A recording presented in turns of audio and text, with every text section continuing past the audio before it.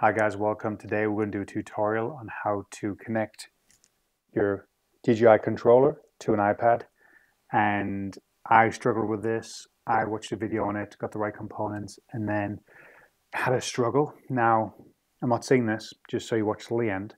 Generally speaking, there is a step. If you skip, it will not work, period. In amongst this, I'm going to tell you what that step is. If you do everything else correct and you get all the right equipment and you try to do it and you miss this one thing, it will not work. So it's not a hook, I promise. It's just genuine. I'll explain it as we go.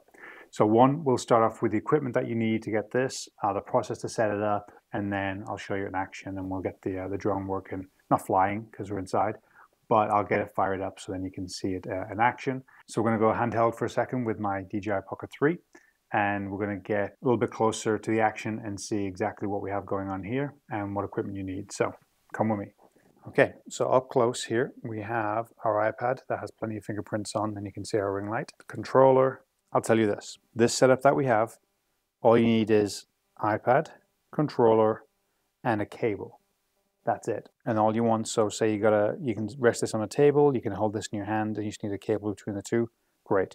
These extra few things for me is the way I want to get set up. So the extra being, one, I've got mine on a tripod, right? This is my Smallrig tripod. You can pick any. I'll put the link in the description below.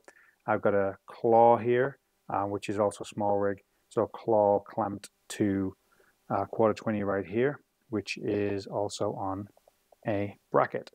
And this bracket is, if you have the newer controller, the spacing is a little bit different. So I've been buying one, it didn't fit it. It would fit the first model without the antennas. This new model will not work, so they're actually a little bit closer, like fractionally closer. Luckily, the one I got here has two spacings for it, so I'll put this in the description and a link so it'll actually work for both.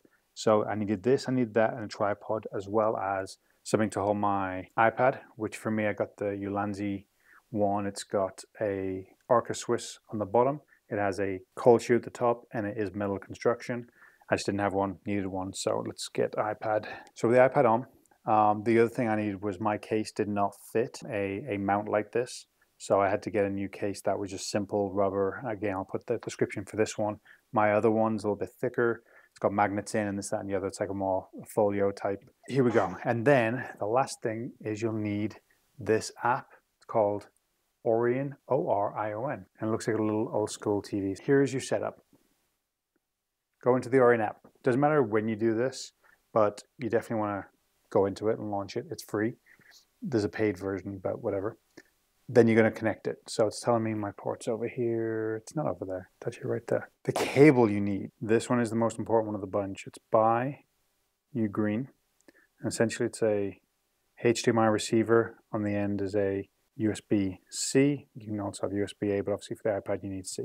First one, this one is the one that'll go in. Other thing I'll mention is, it doesn't really matter the order here. But just got to go in, right? So if you just like connect the whole thing up, perfectly fine, doesn't make it any difference. What I'm expecting is the screen may change on the app in a second, and it may not. It should though. 1, 2, 3.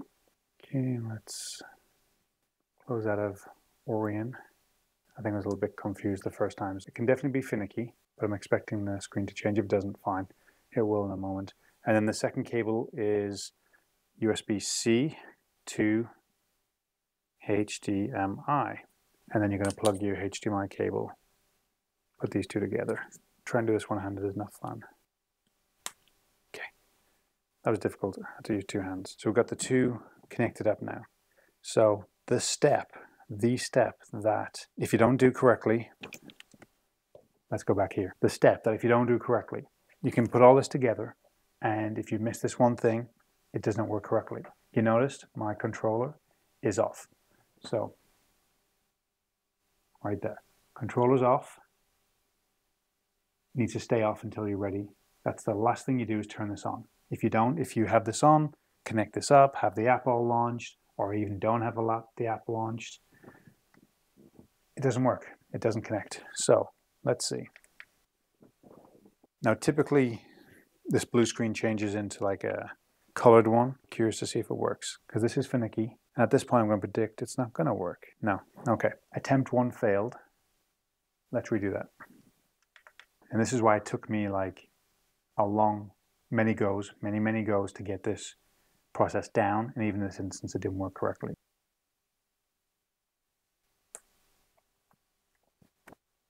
So take two. This is what we're going to do. We're going to launch the app. Controller's still off. We have our cable all connected up. So this whole process has gotten me 100% frustrated trying to get it right and trying to get the process down so that when I take this rig outside, that it works, right? And that it works first time. And this is the third or fourth time I've run through this already. Worked 100% every single time. This time it's not. I'll turn the controller on just to see if everything's going to work. You're witnessing here what I've had to experiment with a bunch to get this thing working. And normally the key feature was this had to be off, and as long as you had it plugged in. When you plug the cord in, this thing, it typically would register and the screen goes in different colors. All right, so here's take 3. Turn the iPad off, turn it back on. And here's a bit of troubleshooting for you, so helps. So we're going to launch the ORION app. In this instance, I hope that this registers. There we go. So it went black, and I'm expecting it to go and get some stripy lines on there in a second. There we go. So that's what you want to see, right? You want to be in that position, in that point where you plug this in. It gets here, and then next step is, the last step is turning on your controller. The drone, it doesn't matter one way or the other because that's just a connection between the controller and the drone.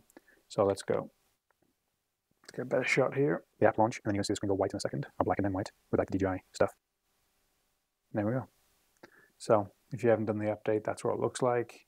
And that's now connected. You see there's a slight delay right there.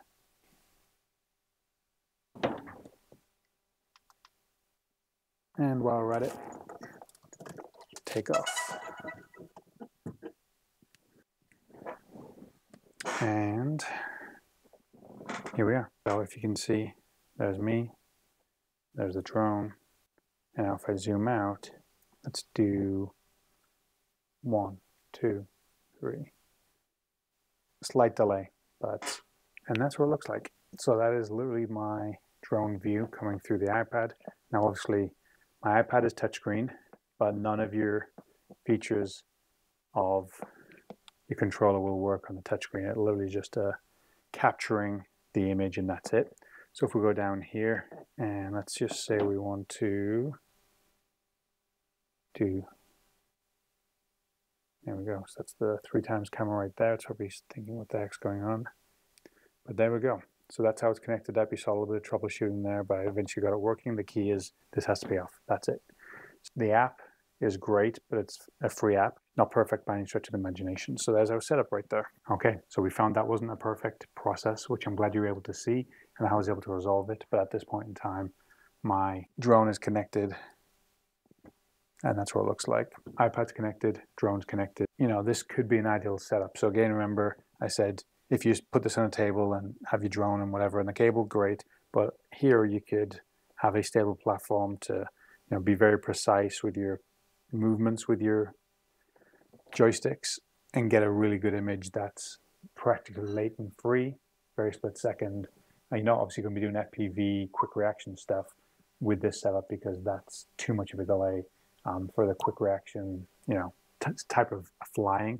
But for slow cinematic, gives you the bigger screen, and it's a good way of doing it. So with that said, that was the process. And little do you know, this is probably the third time I've shot this. The first time I wasn't happy with. Second time, I shot it in slow motion on this camera, and slow motion doesn't capture audio. So I reviewed it before I took everything down, and no audio. So I had to, you know, golden tip right there, have a backup audio, which I kind of did on this thing, but I didn't have everything. Also, I had the hiccups. The other times I didn't have any hiccups. So you live and you love and you learn. So if you have any questions, let me know. I hope that helps. If you have questions about it, I'll get back to you. If you need any of the products, I'll list everything, even the stuff that's kind of optional, just so you can see what I have and this kind of ideal setup for me.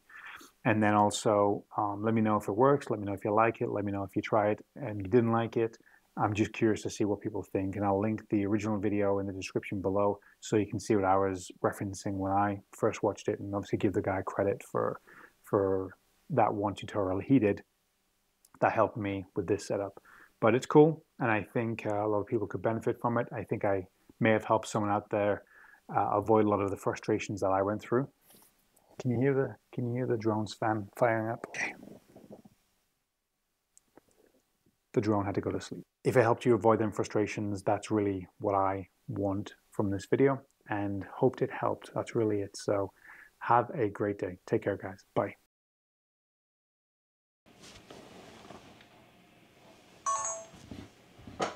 And you